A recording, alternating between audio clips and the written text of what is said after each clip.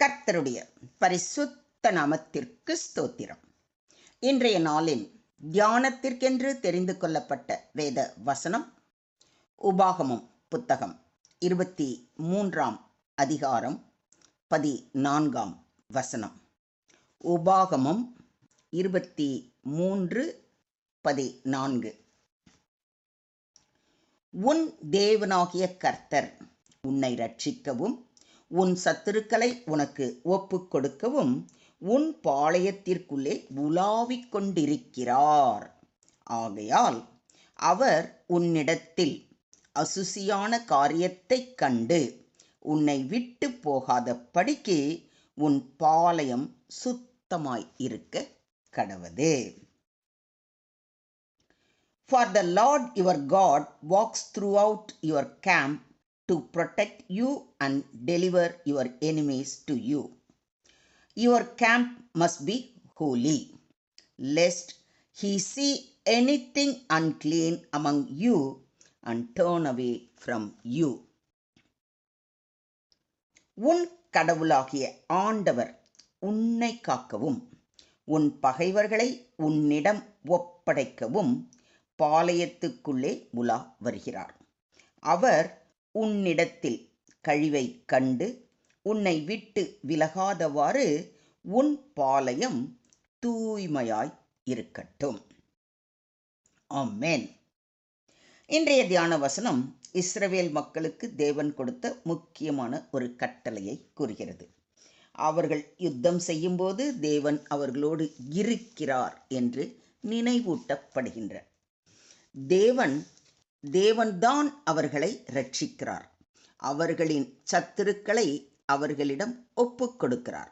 அதனால் பாளையம், அதாவது அவர்கள் தங்கி இருக்கும் இடம், தேவனின் சந்நிதி இருக்கும் இடமாகும். தேவன் அவர்களோடு இருப்பது என்பது ஒரு விசேஷமான வாக்குறுதி. தேவன் தமது ஜனங்களோடு இருக்கிறார் என்பது அவர்களுக்கு விசுவாசத்தை வர்த்திக்க பண்ணுகிறது.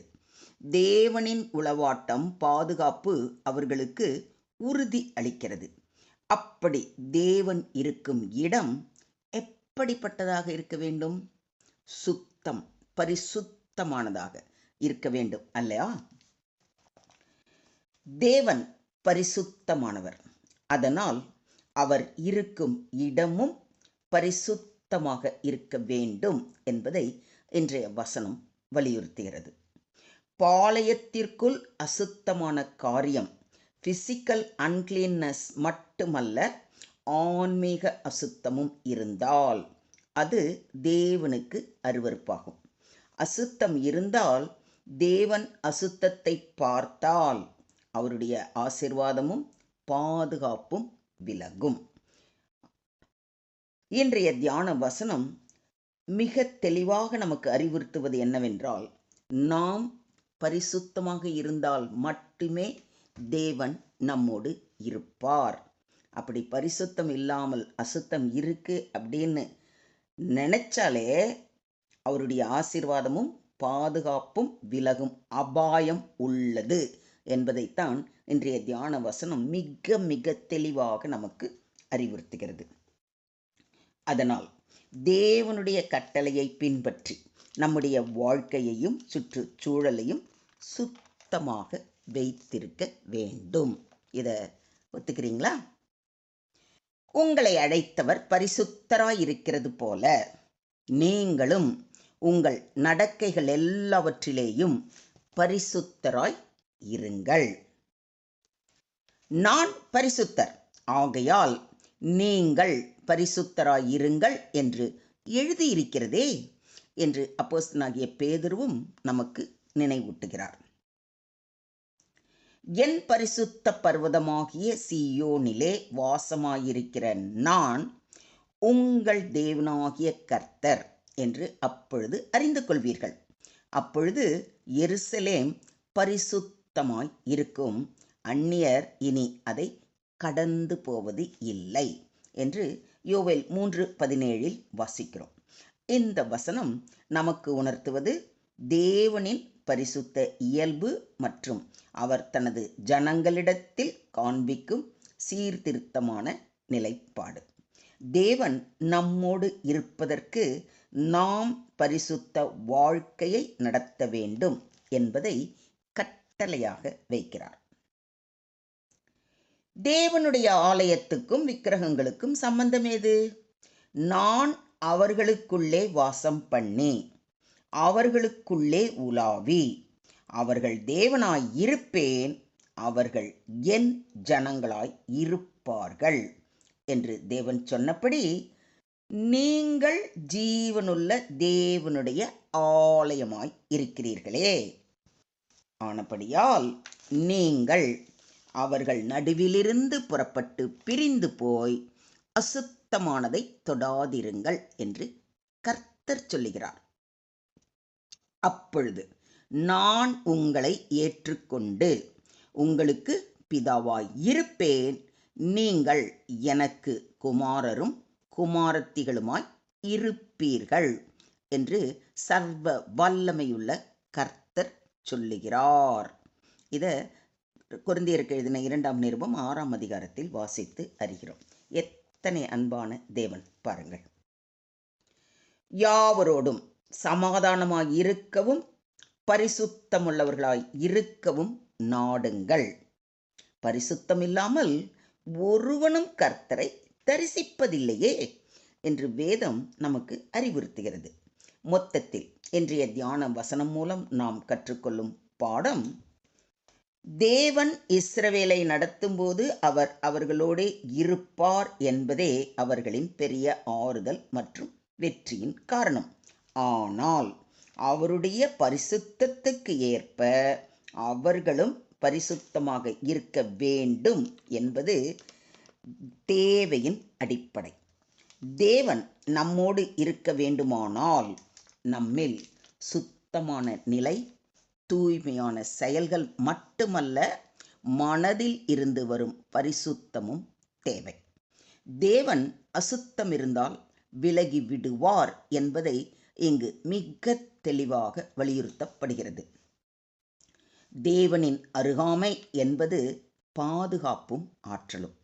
அவர் இருக்கும் இடம் பரிசுத்தமாக இருக்க வேண்டும் என்பது சுத்தமான செயல்கள் மற்றும் மன பரிசுத்தம். அப்படி பரிசுத்தத்தோடு இருந்தால் கிடைக்கும் ஆசீர்வாதம் தேவனுடனான தொடர்ந்த நல் உறவு, இரட்சிப்பு, பாதுகாப்பு மற்றும் ஜெயம். பரிசுத்தமின்றி இருந்தால் ஏற்படும் மிக பெரும் அபாயம், தேவன் நம்மை விட்டு விலகி விடுவார். அதனால் தேவனுடனான உறவு அருந்து, இரட்சிப்பு இழந்து, பாதுகாப்பின்றி பயத்தோடு தோல்வியோடு வாழும் நிலை. இன்றைய தியான வசனம் நமக்கு கற்பிக்கும் முக்கியமான பாடம், தேவன் நம்மோடு இருக்க வேண்டும் என்பதற்கான ஆசை மட்டுமே போதாது, அவர் நம்மோடு இருக்க தயாராக இருப்பதற்கான நிபந்தனை பரிசுத்தம். நம்முடைய வார்த்தைகளிலும் செயல்களிலும் எண்ணங்களிலும் பரிசுத்தம் பின்பற்றப்பட வேண்டும். உன்னை ரட்சிக்கவும் உன் சத்துருக்களை உனக்கு ஒப்புக் கொடுக்கவும் உன் பாளையத்திற்குள்ளே உலாவிக் கொண்டிருக்கிறார் என்ற வாக்கு தத்தத்தின்படி நம்முடைய தேவனாகிய கர்த்தர் நம்மை சுற்றிலும் உலாவிக் கொண்டு நம்மை பாதுகாக்கிறார். அதற்கு அவர் வைக்கும் ஒரே நிபந்தனை பரிசுத்தம். இன்றே பரிசுத்த உள்ளத்தோடு அவர் பாதம் அமர்ந்து, கர்த்தராகிய பரிசுத்தமான தேவனே, இன்று உமது வார்த்தையின் மூலம் எங்களுக்கு உணர்த்திய கிருபைக்காக நன்றி செலுத்துகிறோம். எங்களது வீடும் எங்களது வாழ்வும் பரிசுத்தமாய் இருக்க வேண்டும் என்று நீர் எங்களுக்கிட்ட கட்டளைக்கு தலை வணங்குகிறோம்.